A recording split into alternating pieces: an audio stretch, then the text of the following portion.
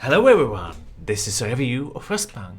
This is Michal and this is Caleb and we're from Should You Play It? And we review all the games, all the free games from Epic. And this time, Frostpunk is free from the Epic Games Store from June 3rd to June 10th, 2021. Usually we do full reviews of these because we have a full week to play them in advance, but this time we don't. We just kind of took a quick look at it, and we're going to give you our first impressions of whether we think you should install and try Frostpunk or not. And this is a part of the mystery game, so it should be pretty bigger game. Mysterious. We don't think it's AAA, at least AA, but it's definitely good looking. It is. And very unique, I would say. Well, let's start with that, because can we put it in a genre? We can put it in a genre of building strategies with survival elements. Intense survival elements. This is all about survival, and you don't have... Well, you have both people to control. You're like a leader of this group of survivors that are in the middle of crater, in the middle of... Well, we don't understand it, but they went to north where it's even more cold. When there's like global freezing, what do? You go north, right? Yeah.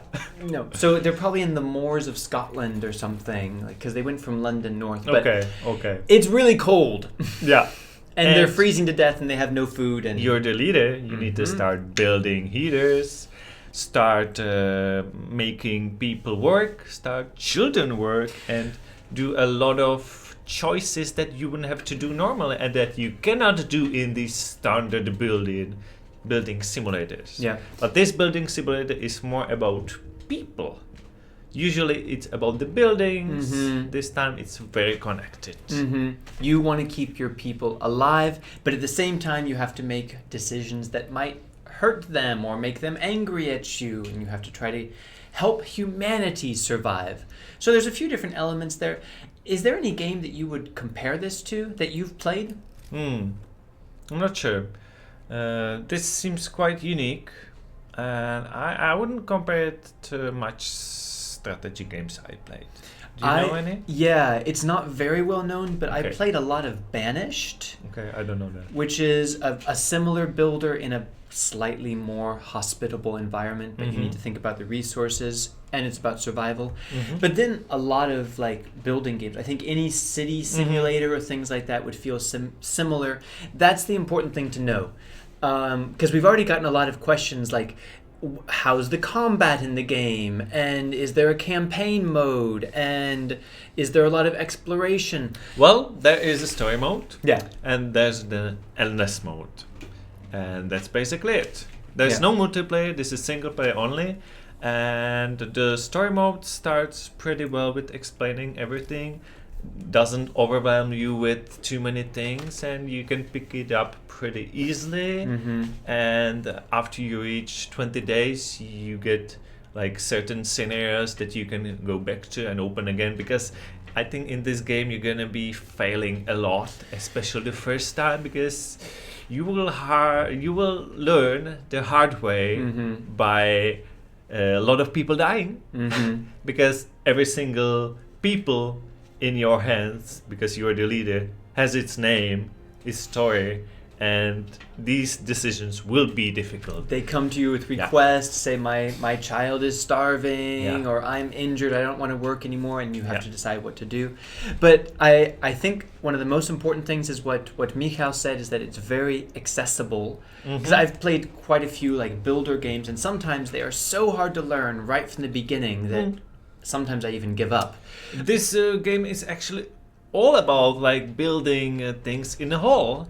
And it could be a disadvantage because there's not much variety, but it could be also an advantage of easy to learn, because you just have to focus on that whole. Yeah, it's not expansive. And pretty quickly you get the ability to explore other locations, but it's very limited. You don't actually expand your settlement. It's like expeditions that you just move people to and then come back, and they have like different small stories there. The one thing I regret most about this game is it has beautiful graphics, really nice environment. The snow mechanics are really cool, but you really can't zoom in much at all. Like I played Both of us wished we could zoom at least 5 times more than is the best possible.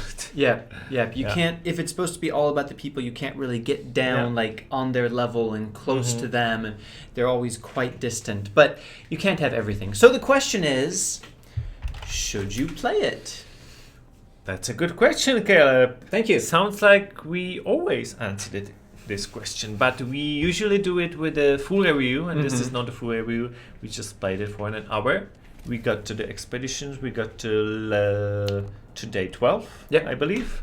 And this is like first expression review. We only had one person die so far.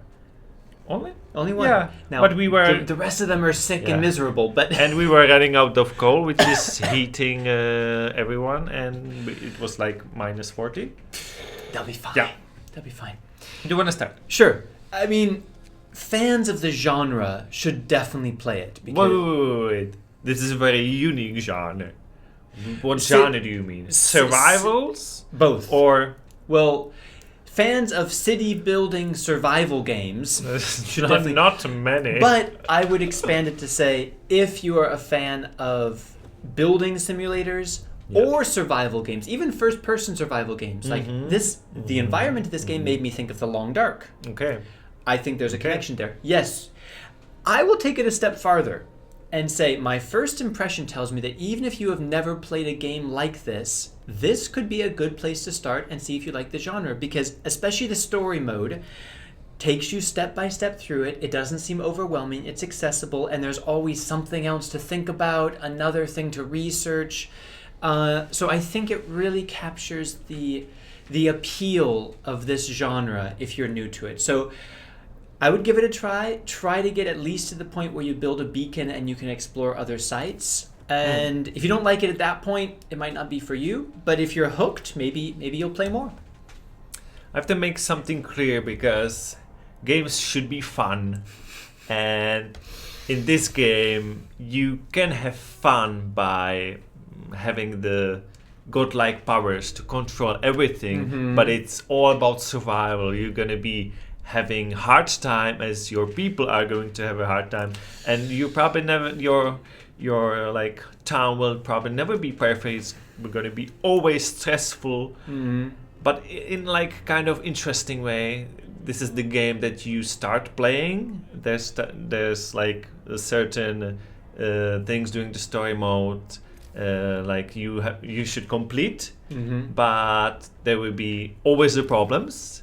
And this is the game that you need to continue playing, and you want to say like, okay, I'm gonna just finish this, but then people are out of food or you're out of something, and it's this like never-ending circle until you either win it or everybody dies. Which is kind of like most video games, if you think. Yeah, and maybe I explained it too complex. But I wanted to say yes to this game.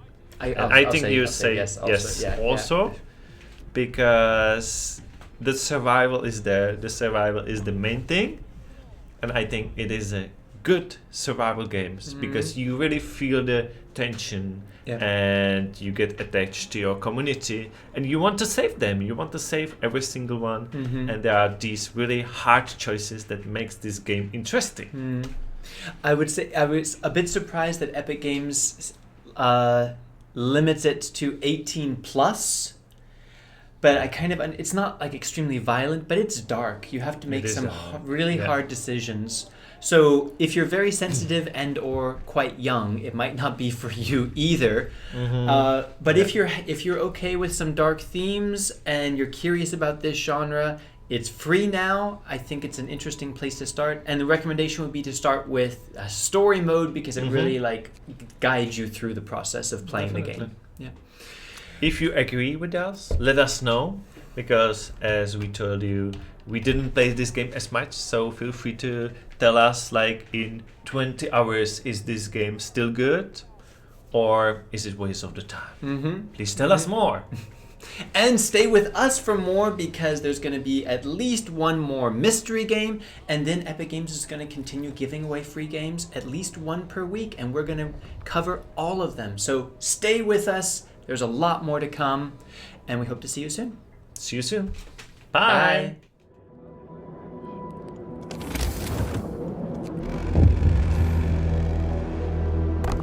Gather your tools. The shift is ending.